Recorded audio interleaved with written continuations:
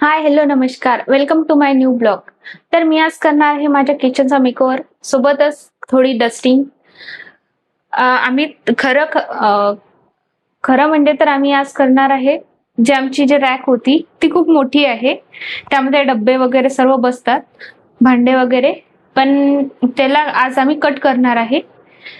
करायचं आहे कारण की ते 2-3 वेळा माझ्या मुलीला लागलेली आहे, तिच्या पायाला, तिच्या डोक्याला. त्यामुळे आम्ही ठरवलं की आज करायचं. तसं तर मी यांच्या मागे खूप दिवसाची लागली होती, की याचे 2 भाग करून द्या, भाग करून द्या. पण ते ऐकतच नव्हते. आज काम आहे, उद्या करू, परवा करू असं चालू होतं. पण शेवटी आज तो दिवस निघाला आणि आज आम्ही करणार आहे. सोबतच आणखी आमची किचन ओट्याची जी स्टाईल वगैरे आहे ती सुद्धा खूप खराब झाली आहे. तर मी ठरवलं की आता हे तर करतच आहे, सोबतच आपण ते पण करून घेऊ एका हातातले हात. म्हणून मग आता आम्ही ते डस्टिंग पण करणार आहे, ती वरची क्लीन पण करणार आहे. आणि जे मेन होतं ते म्हणजे त्या याचे रॅकचे 2 तुकडे करून ते सुद्धा आम्ही आज लावणार आहे. हे बघा, इथं हे किचन ओटा आणि याच्या समोरच इथं फ्रंटलाच लागली आहे ही रॅक. तर हीच रॅक आम्हाला काढायची आहे बघा, कारण की खाली तर आमची बाई तर फिरत फिरत त्याच्या खाली पूर्ण जाते. त्यामुळे आम्ही ही काढणार आहे. आणि बघा किती किचन ओट्यामध्ये आम्ही किती पसारा झालेला आहे इथे. आता हेच सर्व आम्हाला क्लीन करायचं आहे. ही जी खालची बाजू आहे ती अनुच्या डोक्याला आणि पायाला लागली आहे, त्यामुळे आता मी पूर्ण खाली करून घेतली. आणि आता माझे हसबंड ड्युटीवरून येताच मी त्यांच्याकडून ही कट करून घेईल. आईंना बचत गटाच्या कामासाठी बाहेर म्हणजेच बँकेत जायचं होतं, त्यामुळे आम्ही पटापट स्वयंपाक वगैरे करून घेतला. तर मी बनवत आहे अनुसाठी सेरलॅक्स आणि आई बनवत आहे आई करत आहे वरण फ्राय. मला तर आतापासून टेन्शनच यायला लागलं की मी एवढं स्वयंपाक, भांडे, साफसूफ आणि त्यामध्ये पाणी सुद्धा भरायचं आहे. तर आता असं आहे किचन, आणि याच्यानंतर मेकओव्हर काय होणार ते तुम्ही बघा. पसारा काढून ठेवला. मला बँकेत जायचं आहे आता, बचत गटाचं. तर ते मुदतवाढीसाठी ठराव द्यायला लागते आता बँकेत. हा, मला भूक पण लागली. दररोज मी 11 वाजता जेवण करत असतो, पण आज नाही का उशीर झाला. भांडे काढले, साफसफाई काढली, पाणी पण वाचाय. रॅक कापली. आता बसवल इथं सज्जाच्या खाली. चला जेवाले.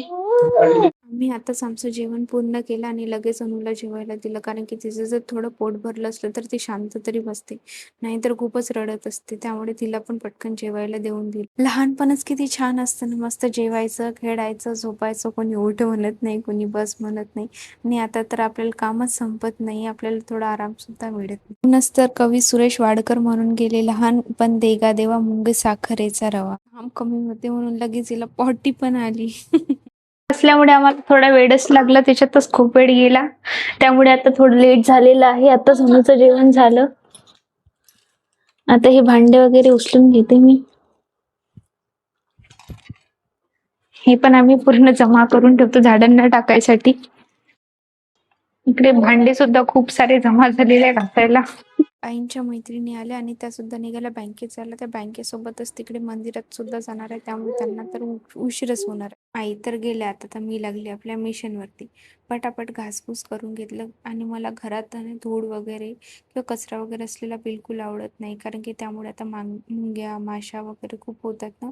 आणि आता पावसाळा सुद्धा येणार आहे, तर माशांचा तर सीझनच आहे.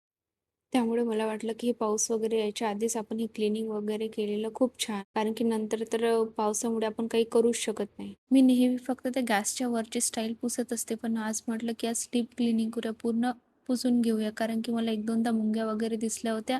आणि वरची जी जागा आहे तिथून आहे ना मुंग्या येत असते आणि तिथे जाडे सुद्धा पकडते, म्हणून मी आज पूर्णच क्लीन करायला घेऊन घेतलं. वरती लाईट होल्डरला सुद्धा खूप जाडे लागले होते, ते पण साफ करून घेतलं.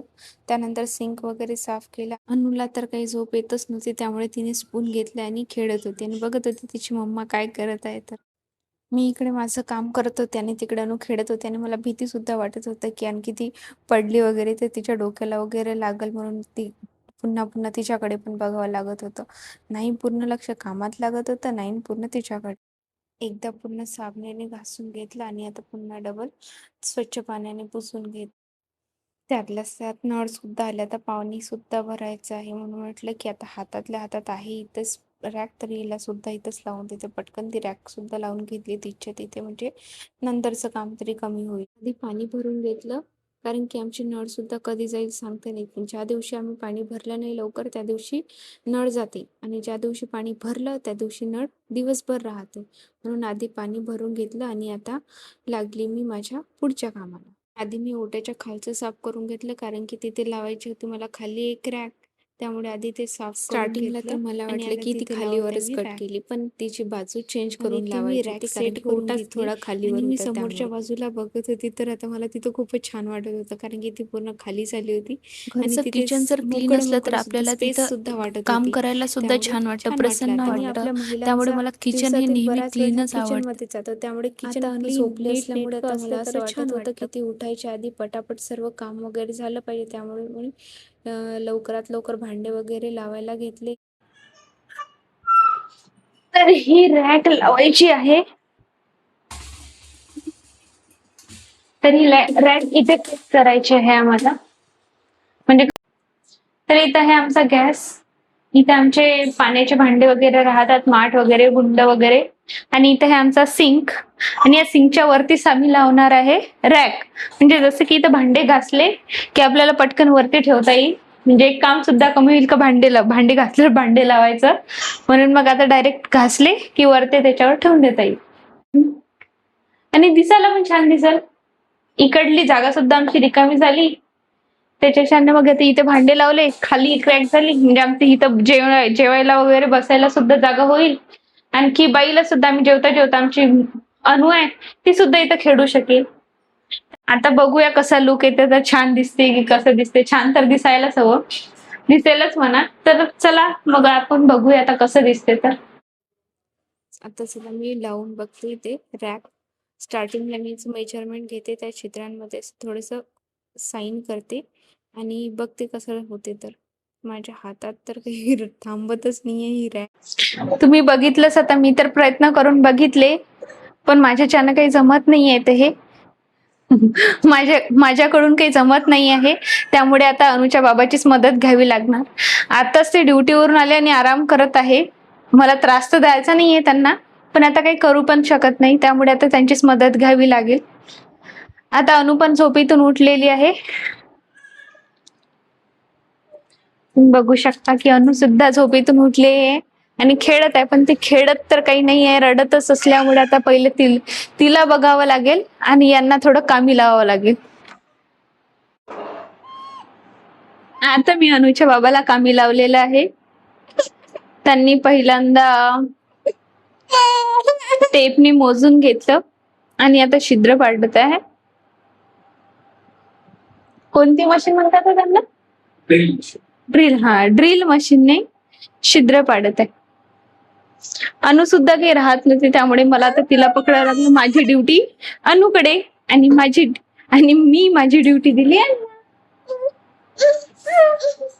काय करा मंगेश, बघ मंगेश. झाली आता माझी रॅक सेट. सामी. बघा बघा.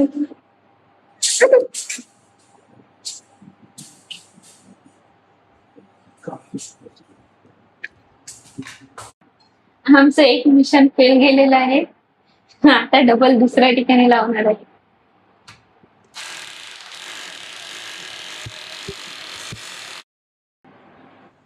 झाली आता सेट. आता यामध्ये भांडे वगैरे ठेवून घेऊया, त्यानंतर कशी दिसते तर आफ्टर लुक आता मी तुम्हाला दाखवेल थोड्या वेळातच. रॅक लागताच माझी एक्साइटमेंट सुद्धा खूप वाढली, त्यामुळे मी फटाफट भांडी लावायला घेतली, कारण की मला बघायचं होतं की भांडी लावल्यानंतर याचा लुक कसा दिसणार आहे. त्यामुळे मी फटाफट भांडी लावून घेतली, कारण की त्यामुळे आता खालची जागा सुद्धा रिकाम होईल, म्हणजे मी खालचं सुद्धा पटकन क्लीन करू शकेल. मी आता जरी थकली जरी असली तरी ही जी स्पेस बघून आणि माझ्या मुलीचं खेळणं बघून माझी एक्साइटमेंट खूप वाढत होती आणि मला वाटत होतं की पटापट झालं पाहिजे. तेवढ्यातच आई आल्या आणि त्यांनी बाईला ती रडत असल्यामुळे तिला घेतलं आणि पाणी वगैरे पाजलं. पूर्ण काम वगैरे आटपता सायंकाळच झाली. त्यानंतर थोडी फ्रेश वगैरे झाली आणि या गडबडीमध्ये माझा माईक जो मी माझ्या ड्रेसला लावून ठेवला होता तो तसाच राहिला आणि तो सुद्धा मशीनमध्ये फिरला. आता काय माहित काय होईल त्याचं, तर जाऊ द्या, आपण आपल्या विषयाकडे वळूया आता. तर आता मी आंघोळ करून घेतलेली आहे. त्यानंतर अनुची सुद्धा आंघोळ करून दिली आणि आता चला, आणि म्हटलं आता आपलं शूट आपटूया. तर मग आता म्हटलं की आपलं शूट पूर्ण करून घेऊया. तर बघा आता आमचं किचन कसं दिसत आहे. इकडे हे आधीच होतं असंच. त्यानंतर इकडले हे गुंड वगैरे मी खाली ठेवलेले आहे आणि इथे हा ओटा वगैरे पूर्ण चकचक घासून घेतला. त्यानंतर ही स्टाईल पण घासून घेतलेली आहे. पूर्ण स्वच्छ क्लीन दिसत आहे. त्यानंतर हे सिंक पण साफ केलं, पण आमची नळ काही आणखी चालू झालेले नाहीये. त्यानंतर पूर्ण भांडे वगैरे लावून घेतले. आता बघा इकडली जागा वगैरे ही पण पूर्ण साफ करून घेतली, हे पण पुसून घेतले रॅक. आणि आमची ही जी आधीची जी जागा होती, इथे रॅक होती, ती जागा सुद्धा आता खूप मोकळी दिसत आहे, क्लीन दिसत आहे. तर अनुला सुद्धा मी खूप वेळची दिसली नव्हती, कामात होती, त्यामुळे अनु सुद्धा खूप चिडचिड करत होती. त्यामुळे म्हटलं चला आता आपण हिला पण आपल्या सोबतच घेऊया. तर कसा वाटला आमच्या किचनचा लुक? तर आमच्या किचन क्लिनिंगचा व्हिडिओ कसा वाटला तर ते तुम्ही कमेंटमध्ये आम्हाला नक्की सांगा. जर आवडला असेल तर आमच्या चॅनलला सबस्क्राईब आणि व्हिडिओला लाईक करायला विसरू नका. चला तर मग भेटूया नेक्स्ट ब्लॉगमध्ये. तोपर्यंत बाय, टेक केअर.